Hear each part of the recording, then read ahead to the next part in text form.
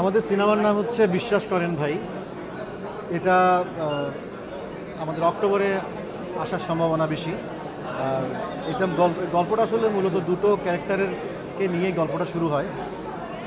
একটা বাটপার যে একটু আগে আপনাদের সামনে দেখা করছে, আর আমি হচ্ছি অসহায় শিকার, যে একসময় খুব প্রভাবশালী ছিলাম রাজনৈতিক পট পরিবর্তনের কারণে, এখন বিড়াল হয়ে গেছি এবং এইসব বাটপারদের কাছে ধরা খাইছি।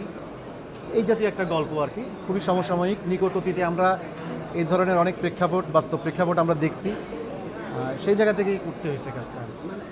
নামটা শুনে মনে হচ্ছে যে সিনেমাটা খুবই কমেডি কর্নার এবং ইন্টারেস্টিং হবে। একটু জানতে চাই কি গল্প পাচ্ছি এটার মধ্যে দর্শক?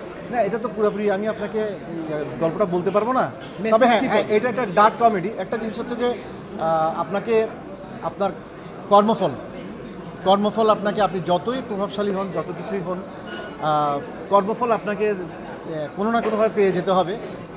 আমি একটা ইঙ্গিত দিয়ে রাখি যে নিকট অতীতে আমরা এরকম একটা রাজনৈতিক পট পরিবর্তনের মধ্যে অনেকভাবেই পড়ে যেতে দেখছি।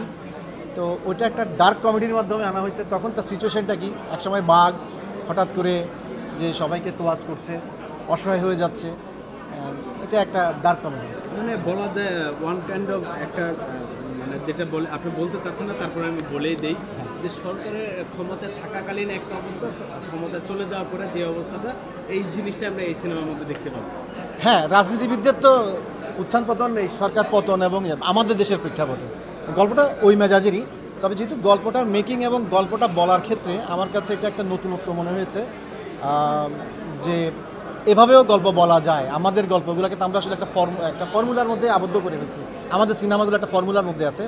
এটা মনে হচ্ছে আরেকটু সহজ, আরেকটু আমাদের ভেতর থেকে সহজ করে মানে হাস্যরসের মাধ্যমে তুলে ধরা, এই হচ্ছে কাহিনী। কি মনে হচ্ছে আমাদের যে দেশের প্রেক্ষাপট, এই ধরনের যে কাজগুলো, এগুলো থেকে কি মানুষকে, তারা কি নিজেদেরকে সংশোধন করে নিবে কিনা, যে আপনাদের কাছে কি মনে হয়?